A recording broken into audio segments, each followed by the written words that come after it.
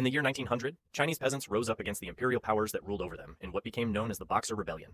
To understand why rural farmers would attack foreign embassies in Beijing, you must understand what the previous 60 years had done to China. Since the Opium Wars with Britain in the 1840s, the Qing dynasty had suffered military defeat after military defeat. Each loss brought a treaty that stripped away more sovereignty.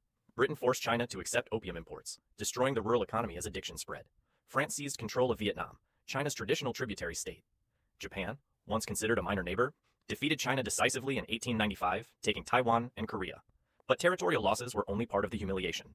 Foreign powers established spheres of influence where Chinese law did not apply. Extraterritoriality meant that foreigners accused of crimes in China were tried in their own consular courts, never Chinese courts. A British merchant could murder a Chinese citizen and face no Chinese justice. German engineers building railways could seize land without compensation. Christian missionaries operated with immunity, protected by foreign gunboats anchored in Chinese harbors. The economic exploitation was systematic. Foreign banks controlled Chinese customs revenue. Foreign companies owned the railways, telegraphs, and mines. Chinese merchants found themselves outcompeted in their own markets by foreigners who paid no tariffs and operated under no restrictions. When Chinese workers protested labor conditions in foreign-owned factories, foreign troops suppressed them. By 1898, natural disasters struck northern China. Yellow River flooding and drought devastated the rural economy. Precisely when peasants needed help most, the Qing government had no resources to provide it. Foreign debt payments consumed imperial revenue.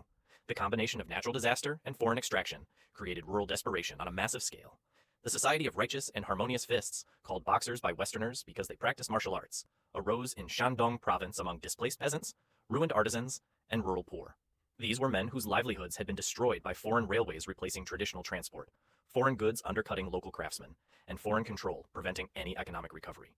Their ideology mixed traditional Chinese martial arts with spiritual beliefs that ritual practices could make them invulnerable to bullets. This seems like magical thinking, but consider the psychology.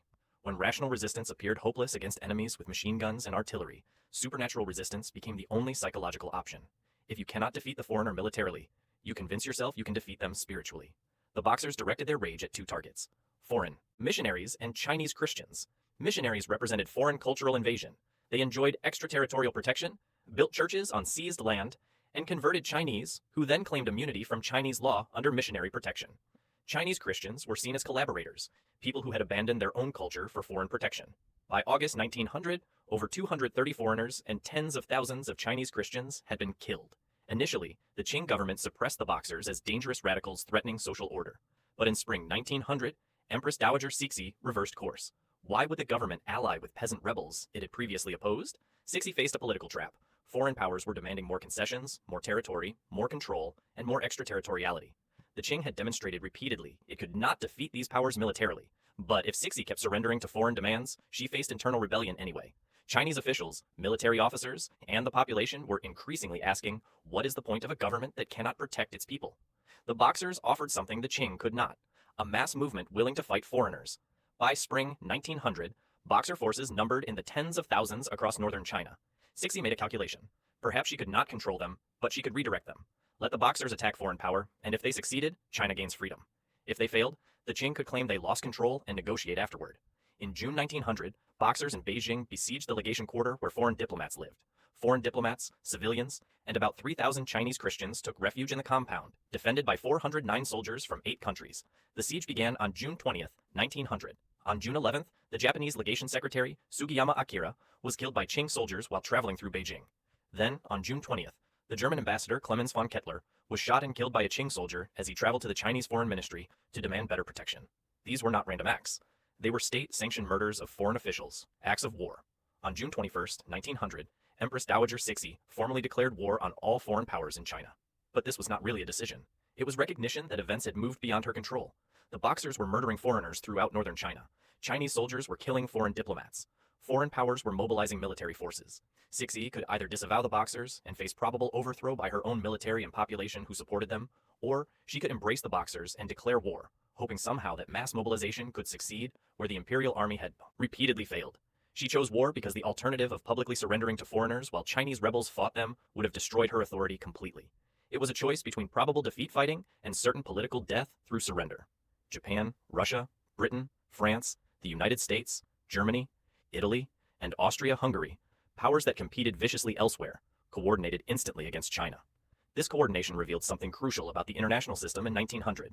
Great powers might fight each other over colonial territory, but they would unite instantly when a non-Western power threatened the principle of Western dominance. The expeditionary force eventually numbered 54,000 troops, with Japan providing the largest contingent at 20,840 soldiers. Japan's dominant role requires explanation. Just 50 years earlier, Japan had been a feudal society in self-imposed isolation, closed to Western trade and technology. In 1853, American Commodore Matthew Perry had forced Japan to open its ports at gunpoint. The shock of this humiliation convinced Japanese leaders that survival required total transformation, industrialization, military modernization, and adoption of Western political systems while maintaining Japanese sovereignty. By 1895, Japan had defeated China in war, demonstrating it had successfully modernized its military. By 1900, Japan was the primary Asian enforcer of Western imperial order, proving to Western powers it deserved treatment as an equal rather than as another target for colonization. The Allied advance on Beijing began in earnest on August 13, 1900. As armies moved into position about 5 miles from the city walls, they could hear sounds of heavy artillery and machine gun fire from within. They feared they had arrived too late to rescue their countrymen. Beijing's defenses were formidable, walls 21 miles long and broken by 16 gates, with the inner city wall 40 feet tall and 40 feet wide at the top. Chinese defenders faced an impossible military situation. They were defending fixed positions against enemies with superior artillery, better rifles, and coordinated tactics. At Zhengyang Gate, Muslim Kansu braves fought a fierce battle against the alliance forces. General Mafulu and 4 cousins were killed leading charges against the enemy. On August 14, 1900, Allied troops invaded and occupied Beijing, defeating the Qing Imperial Army's Wu-Wei Corps in several engagements. The battle was not close. Modern artillery destroyed Chinese defensive positions. Disciplined infantry advances overwhelmed defenders who lacked coordination between different Chinese units. On August 15th, alliance forces breached the defenses of the Forbidden City itself, the ultimate symbol of Chinese imperial power. Empress Dowager Cixi, the emperor, and high government officials fled Beijing for Xi'an in the west, traveling in disguise to avoid capture. Cixi immediately sent envoys to negotiate peace, abandoning the Boxers she had endorsed just weeks earlier. Foreign troops systematically looted the Forbidden City, the Summer Palace, and government buildings. Waldersee, the German commander, took astronomical instruments from the Directorate of Astronomy to Berlin. More than 46,000 rare books were destroyed or looted, including most of the Yongle Encyclopedia, one of the world's greatest historical compilations. British forces established auctions of loot at the British legation, distributing proceeds to troops according to military rank. Foreign powers demonstrated that China could not defend even its imperial center, even its most sacred cultural artifacts. The message was clear. Chinese sovereignty was fiction. After Cixi fled, China effectively had no functioning central government for months. Cixi remained in Xi'an, far from Beijing, sending envoys to negotiate. Meanwhile, the 8-nation alliance occupied Beijing and surrounding areas, each nation administering separate districts. In some districts, those suspected of being Boxers were subject to summary execution. The political settlement came slowly. The Boxer Protocol was signed September 7, 1901, requiring China to pay an indemnity of $333 to $450 million, plus interest over 39 years. To understand this scale, it represented multiple years of China's total government revenue. For the next 4 decades, China would transfer massive wealth to foreign powers as punishment for trying to expel foreign powers. The protocol required execution or exile of government officials who had supported the Boxers and destruction of Chinese forts throughout northern China. Foreign troops would garrison Beijing permanently. Cixi returned to Beijing on January 7, 1902, and nominal Qing rule resumed, though the dynasty was now completely subordinate to foreign power. While other powers focused on Beijing, Russia occupied Manchuria with 170,000 troops. Russia claimed this was temporary protection during the crisis, but showed no signs of withdrawing. Manchuria, China's northeastern provinces, bordered Russian Siberia, and Russia had long sought warm water ports in the region for year-round naval access. Why Russia and not another power? Geography gave Russia the advantage. It could move troops overland from Siberia, while other powers relied on naval transport. Moreover, Russia had already extracted a lease for Port Arthur in southern Manchuria in 1898, but Russia's occupation created a direct strategic threat to Japan. Japan had just fought a war against China in 1895, specifically to prevent Chinese control of Korea. Japan's security doctrine held that Korea must never become a base for hostile powers. Now, Russia occupied Manchuria, directly north of Korea, with 170,000 troops. From Manchuria, Russia could easily move south into Korea, surrounding Japan with Russian military power. Japan was alarmed by Russia's occupation and began accelerating military modernization and strategic planning. Japanese leaders understood that Russia's Manchurian presence was not temporary. If they did not act, Russia would establish permanent dominance in Northeast Asia, reducing Japan to a subordinate position. This logic led directly to the Russo-Japanese War of 1904 to 1905, where Japan would launch a surprise attack to destroy Russian power in Manchuria before Russia could consolidate control. China's experience in 1900 transmitted a clear message to every empire. Internal disorder invited external intervention. If your control weakened, neighbors would not wait for you to regain it. They would occupy your territory, extract payment, and establish permanent presence. This logic would echo through every imperial decision that year. The British Empire was not engaged in China alone. Thousands of miles south, in Africa, Britain faced a crisis that threatened its global prestige far more than events in China. In October 1899, two small Boer republics, the South African Republic and the Orange Free State, launched a preemptive war against the British Empire. These were farming communities descended from Dutch settlers who had fled British rule decades earlier. They established independent states in the interior of southern Africa. The discovery of gold in the Transvaal's Witwatersrand region in 1884 transformed these pastoral republics into prizes worth fighting for. Britain's imperial strategy depended on controlling the Cape shipping route. This passage around southern Africa connected British possessions in India, Australia, and East Asia to London. Independent Boer republics in the region represented permanent vulnerabilities. Worse, Germany showed interest in supporting the Boers, potentially establishing German influence in a region Britain considered its exclusive sphere. The deeper issue was symbolic. The Boer republics represented everything Britain's imperial ideology could not tolerate. They were economically successful, militarily capable, and ideologically committed to independence from British control. If small farming communities could defy the British Empire and maintain independence, what message did that send to India's millions, Egypt's nationalists, or Ireland's rebels? When Boer forces won early victories in late 1899, besieging British garrisons at Ladysmith, Mafeking, and Kimberley, the shock was profound. These were not trained armies, they were farmers with rifles, yet they defeated British regulars in open battle. The humiliation was complete. Britain's response was overwhelming. By January 1900, 180,000 troops deployed to southern Africa. This was the largest expeditionary force Britain had ever sent abroad. This escalation revealed Britain's desperation. Imperial prestige, once questioned, had to be restored through undeniable military dominance, regardless of cost. Field Marshal Roberts and Lord Kitchener took command in early 1900. By mid-year, they had captured Bloemfontein, Johannesburg, and Pretoria. These were all major Boer cities. On September 3, 1900, Britain formally annexed the South African Republic. The war appeared won. In Britain, the government called an early khaki election in September 1900 to capitalize on victory. But the Boers refused to accept conventional defeat. Instead of surrendering, they fragmented into mobile commandos and shifted to guerrilla warfare. Small units of 50 to 100 mounted men attacked British supply lines, destroyed railways, ambushed patrols, then disappeared into the veld before British forces could respond. This created a strategic nightmare. Britain controlled every major city, but could not secure the countryside. Australian, Canadian, and other colonial troops found themselves deployed in endless counter-guerrilla operations across vast territory. The war that was supposed to end in 1900 would continue for another 2 years. Kitchener implemented systematic destruction. British forces burned Boer farms, killed livestock, destroyed crops, and demolished homesteads. The strategic logic was simple: deny guerrillas their support base by eliminating the rural economy that sustained them. If Boer commandos could not return home for supplies and rest, they could not sustain operations. Boer families and black Africans, whose labor had supported the Boer economy, were rounded up and placed in concentration camps. Britain established these camps ostensibly to protect civilians from war, but the real purpose was population control. If civilians were in camps, guerrillas could not access them for food, intelligence, or recruitment. Conditions in the camps were catastrophic. Nearly 100,000 people died, over a quarter of them Boer women and children from malnutrition, typhoid, dysentery, and measles. The camps were not designed as death camps, but inadequate supplies, overcrowding, poor sanitation, and British indifference to Boer suffering created mortality rates that shocked even Britain's own humanitarian observers. When Emily Hobhouse exposed camp conditions, British public opinion turned against the war. The war cost Britain over £200 million, an astronomical sum that strained imperial finances. Britain was simultaneously facing naval competition from Germany and the United States. This meant military expenditure in South Africa directly weakened Britain's capacity to maintain naval supremacy elsewhere. The Boer War demonstrated that Britain could defeat any enemy, but could not afford the costs of doing so repeatedly. Every resource committed to South Africa was a resource unavailable for defending India, protecting Mediterranean routes, or countering German naval buildup. This fiscal pressure drove Britain toward administrative efficiency everywhere else, which directly influenced events in West Africa. While Britain fought in South Africa, British colonial administrators in West Africa feared a terrifying possibility. What if Africans saw Boer resistance as a model? Britain held vast West African territories with minimal military garrisons.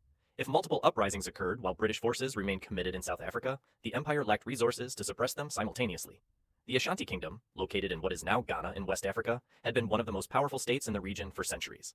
The Ashanti controlled the Gold Coast interior, dominating trade in gold, cola nuts, and slaves before British abolition. Their capital, Kumasi, was a sophisticated city with elaborate governance systems and rich cultural traditions. Britain had fought 3 previous wars against the Ashanti in 1824, 1863, and 1873 to 1874. Each war chipped away at Ashanti independence. In 1896, Britain forced the Ashanti king, Prempeh I, to accept protection, meaning British supervision. When he refused further concessions, Britain invaded, captured him, and sent him into exile in the Seychelles Islands in the Indian Ocean. By 1900, the Ashanti were technically under British control, but Britain had not formally annexed the kingdom. Instead, they maintained a protectorate status that left some Ashanti institutions nominally intact. In March 1900, British Governor Frederick Hodgson made a catastrophic error. He demanded the Ashanti surrender their golden stool. To understand why this triggered immediate rebellion, you must understand what the golden stool meant. According to Ashanti tradition, the golden stool descended from heaven in the 17th century and contained the soul of the Ashanti nation. It was not a throne. No one sat on it, not even the Asantehene, the king of all Ashanti. It was the physical embodiment of Ashanti identity, unity, and sovereignty. Hodgson did not understand this. He thought the stool was simply a valuable object symbolizing political authority, like the British crown jewels. His demand to sit on it as representative of the British Queen was not just politically offensive. It was metaphysically impossible. He was asking the Ashanti to destroy their own soul. Ya Asantewa was the queen mother of Ejisu, one of the major divisions within the Ashanti kingdom. Ejisu was a region northwest of Kumasi, and queen mothers in Ashanti society held significant political authority. They were not just ceremonial figures, but advisors who could veto decisions and mobilize populations. When British demands for the Golden Stool became known, Ashanti chiefs held emergency meetings to decide how to respond. Ya Asantewa delivered a speech that shamed hesitant chiefs into action. She said, "Now I have seen that some of you fear to go forward to fight for our king. If it were in the brave days of Ositutu, Okamfo Anoki, and Opoku Ware, chiefs would not sit down to see their king taken away without firing a shot. No white man could have dared to speak to chiefs of Asante in the way the governor spoke to you this morning. Is it true that the bravery of Asante is no more? I cannot believe it. If you, the men of Ashanti, will not go forward, then we will. We, the women, will." Ashanti forces besieged the British garrison in Kumasi, the capital, for 3 months from April to July 1900. Inside the fort were 8 Europeans, many mixed-race colonial officials, and 500 Nigerian soldiers, with 6 small cannons and 4 Maxim machine guns. The Ashanti cut telegraph wires and blocked roads, isolating the garrison completely. In June, a rescue force of 700 arrived, and Governor Hodgson, his wife, and healthier garrison members attempted to break out, meeting the relief force and escaping. On July 14th, a larger relief force of 1,000 reached Kumasi, and by September 1900, British forces had crushed organized resistance. The rebellion was militarily doomed from the start. Ashanti warriors with spears and old rifles faced British troops with Maxim guns and modern artillery, but it was symbolically necessary. After decades of British encroachment, the Golden Stool demand crossed a line the Ashanti could not accept. They chose defeat fighting over survival through submission. Ya Asantewa, King Prempeh I, still in exile, and other Ashanti leaders were captured and sent to the Seychelles. On January 1st, 1902, Ashanti territories were formally annexed into the Gold Coast colony, ending over 200 years of Ashanti independence. On January 1st, 1900, the same day the Ashanti crisis was building, the British government revoked the Royal Niger Company's charter and created 2 direct colonial administrations, the Northern Nigeria Protectorate and Southern Nigeria Protectorate. This transition requires explanation. Throughout the 19th century, European powers often colonized through chartered companies. Private corporations granted monopolies over trade and governance in specific regions. The Royal Niger Company controlled territories along the Niger River, extracting palm oil, rubber, and other resources while administering minimal government. The company received £865,000 compensation for surrendering its charter. Why did Britain end company rule? The Boer War revealed that chartered company administration was inadequate for the demands of imperial competition. Private companies prioritized profit over administration, creating inconsistent governance and weak military control that could not compete with the well-organized colonies of France and Germany. When German forces established neighboring colonies, British officials feared that the Royal Niger Company's weak administration would allow German infiltration. The Boer War's massive costs made this problem urgent. Britain needed efficient administration that could extract maximum resources while maintaining control with minimum garrisons.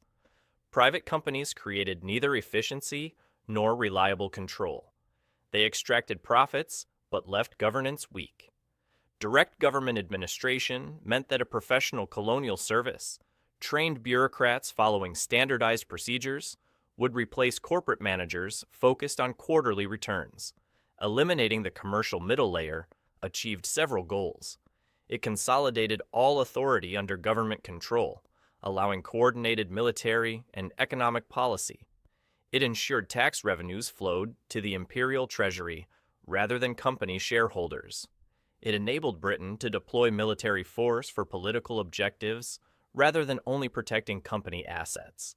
The administrative reorganization transformed Nigeria from a patchwork of company territories into a unified colony that could be governed efficiently and defended systematically. Frederick Lugard, appointed High Commissioner of Northern Nigeria, began military campaigns in 1902 that continued for 5 years, conquering the Sokoto Caliphate in 1903. The pattern was identical to Ashanti. Preemptive military action consolidated control before local resistance could organize. While European powers fought in China and Africa, the Ottoman Empire, often called the sick man of Europe, pursued a different strategy for survival. By 1900, the Ottoman Empire should have collapsed according to European predictions. It had lost wars to Russia repeatedly throughout the 19th century. European powers controlled Ottoman finances through the Ottoman Public Debt Administration, collecting taxes directly to repay Ottoman loans. Christian territories in the Balkans, Greece, Serbia, Romania, and Bulgaria had broken away in successful independence movements. Egypt was effectively a British colony despite nominal Ottoman sovereignty. Yet the empire persisted. Sultan Abdul Hamid II's survival strategy centered on pan-Islamic solidarity, uniting the empire's diverse Muslim populations through shared religious identity rather than ethnic nationalism. Where European empires ruled through military superiority, the Ottomans ruled through religious legitimacy.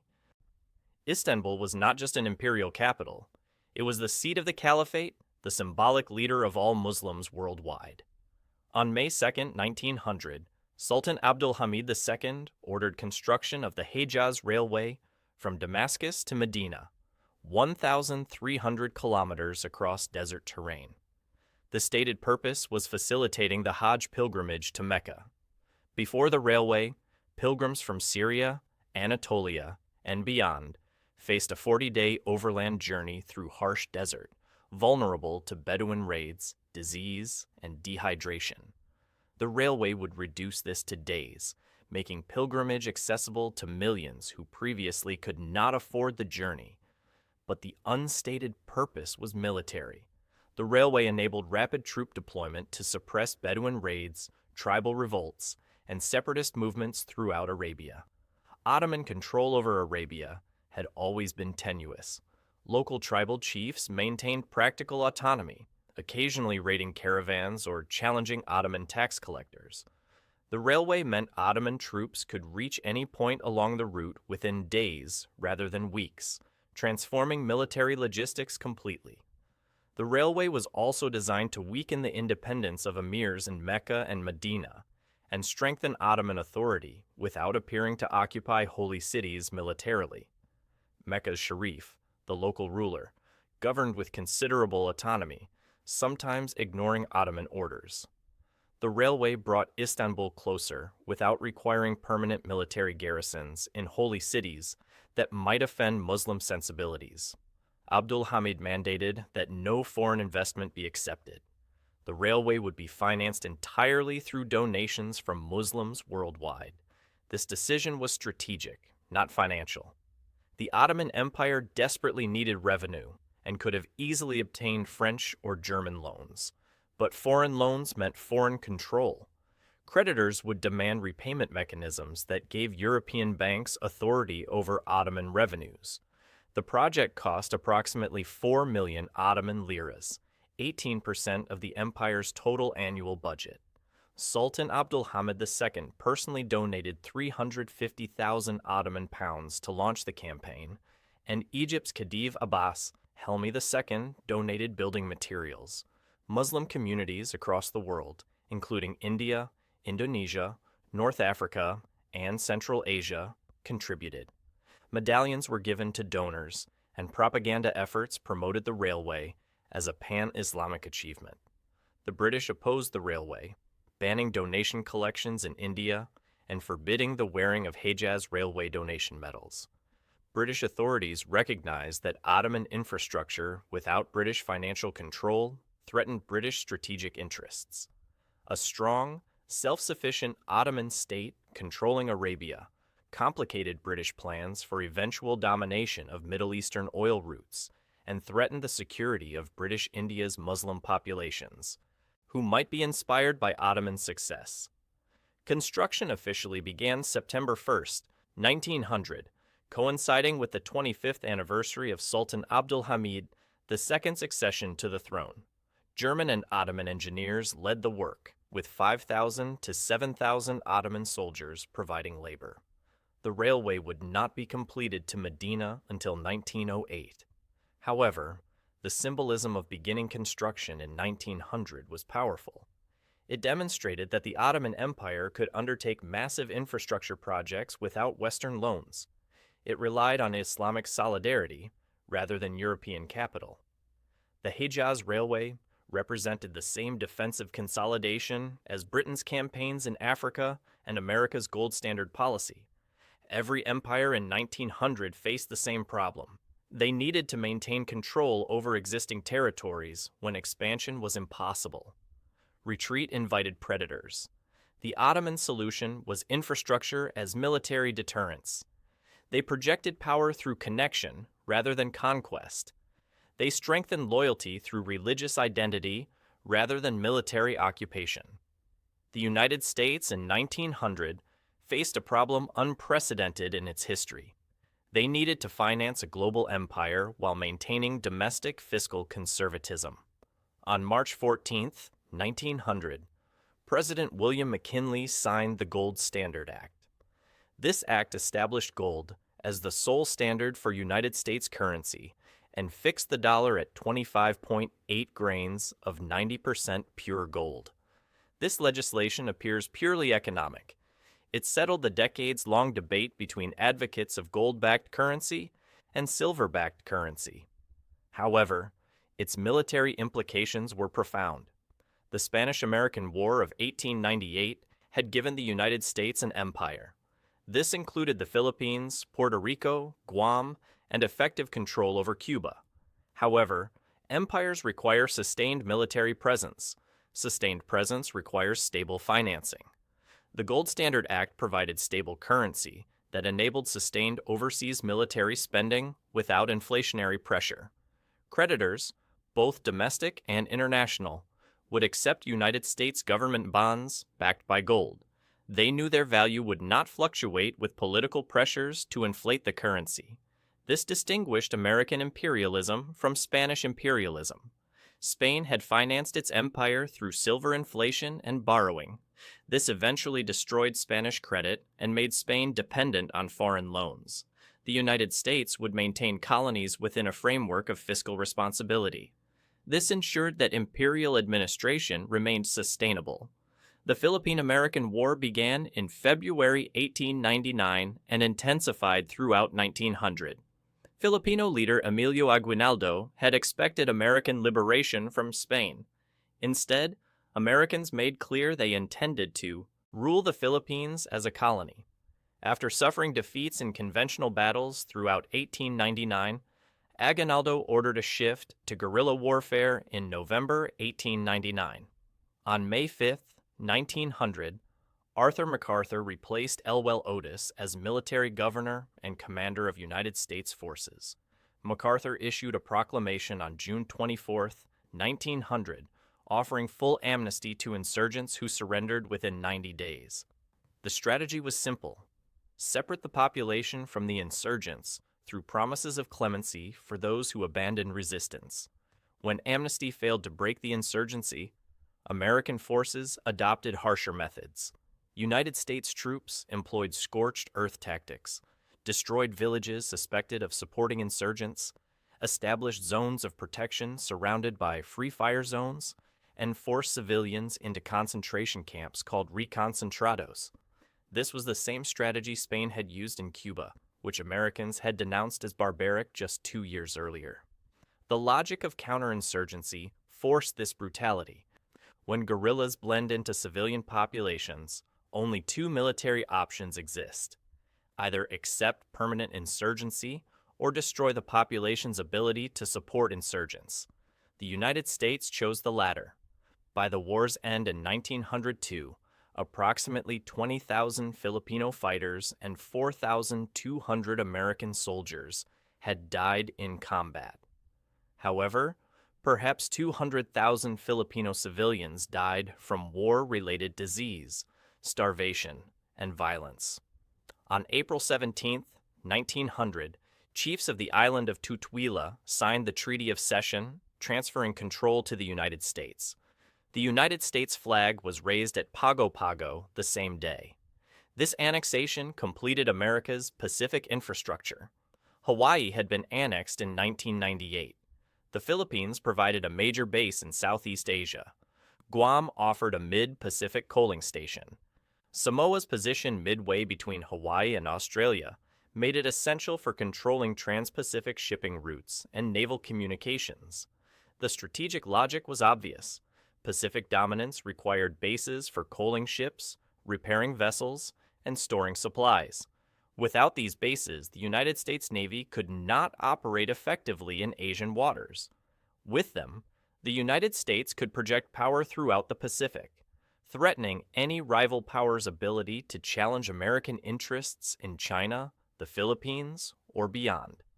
The Gold Standard Act, Philippine counterinsurgency, and Samoan annexation formed a unified system. Stable currency financed overseas operations.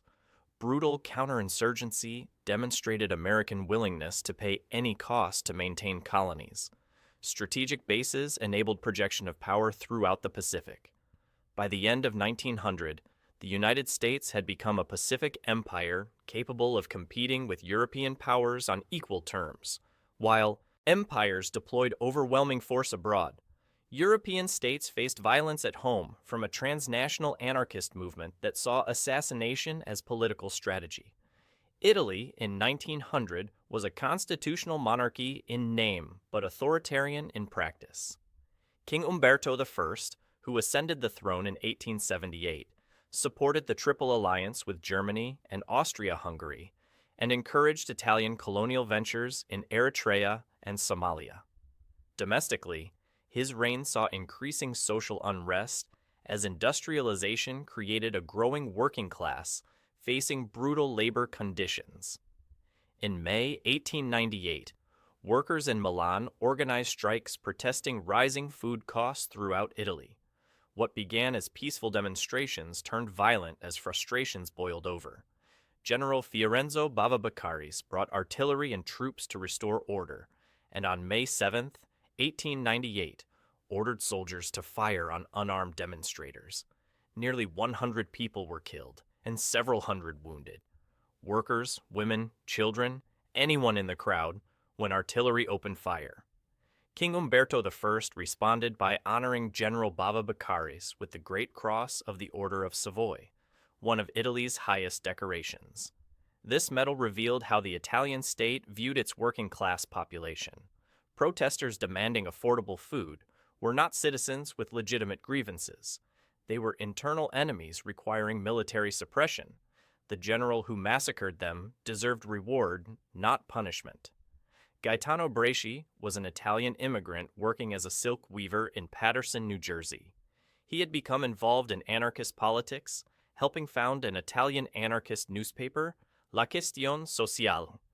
When news of the Bava-Beccaris massacre reached America, Bresci was enraged. The Italian state had murdered workers for demanding food, then celebrated their killer.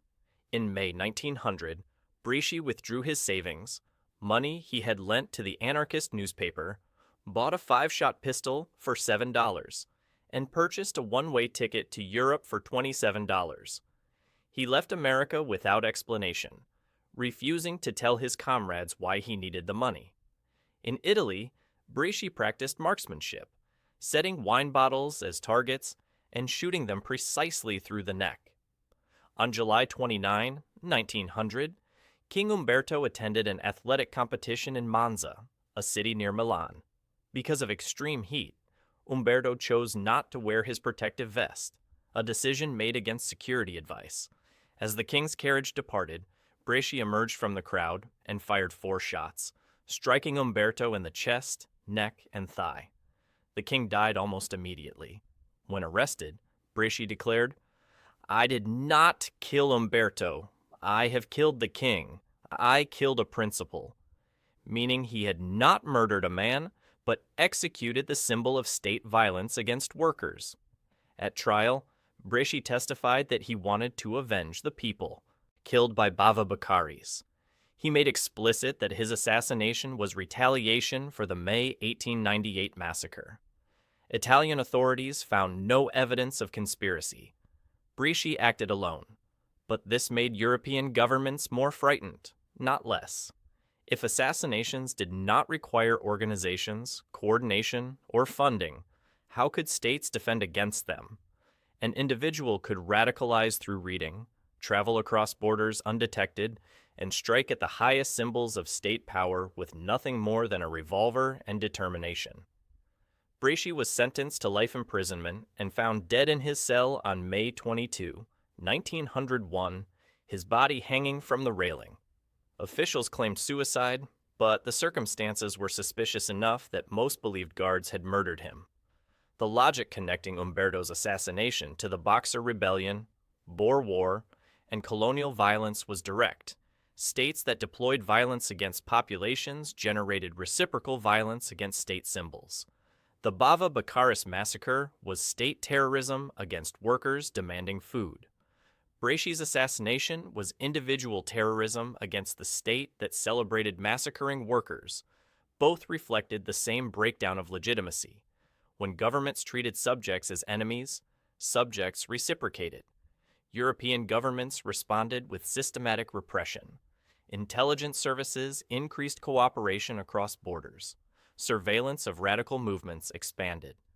Police powers broadened.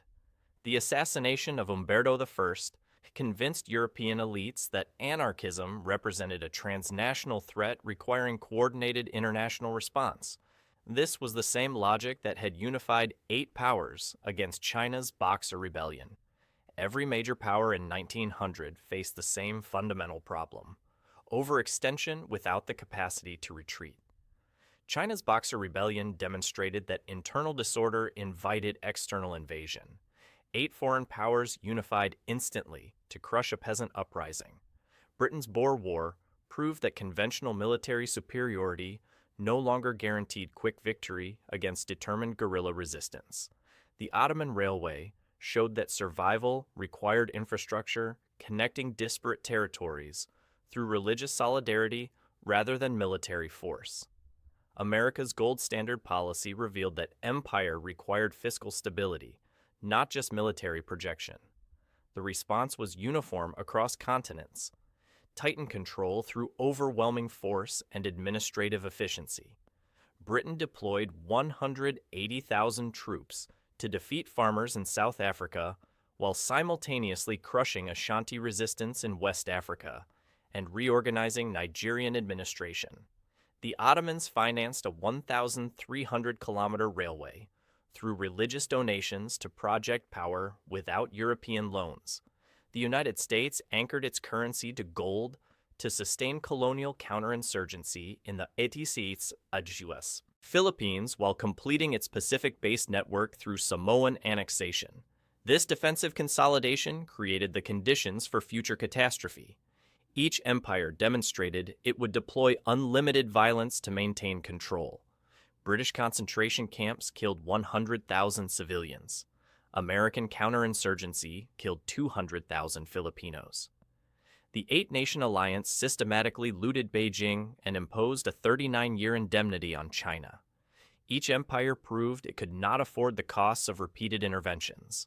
Britain's Boer War expenses strained imperial finances, forcing administrative reorganization everywhere else. Most critically, Each empire revealed that populations subjected to systematic violence would generate resistance. Boer guerrillas fought for 2 years after conventional defeat. Filipino insurgents continued despite brutal counterinsurgency. Chinese nationalism would eventually overthrow the Qing dynasty in 1911, directly resulting from the humiliation of 1900. Italian anarchists assassinated kings in response to state massacres of workers. The military history of 1900 was not the apex of imperial power. It was the moment when empire revealed itself as unsustainable. The logic that drove every decision in 1900 would harden into the alliance systems, arms races, and security anxieties that produced World War I. When Russia occupied Manchuria in 1900, Japan began preparing for war. When Britain demonstrated the costs of counterinsurgency in South Africa, other powers learned they needed larger armies. When anarchists assassinated King Umberto, European states expanded surveillance and police powers, treating domestic populations as potential enemies. 1900 was the year empires chose annihilation over accommodation. The next 14 years would see this choice replicated systematically until, in 1914, empires turned their colonial violence against each other. World War I was not an accident. It was the logical consequence of the defensive consolidation that began in 1900.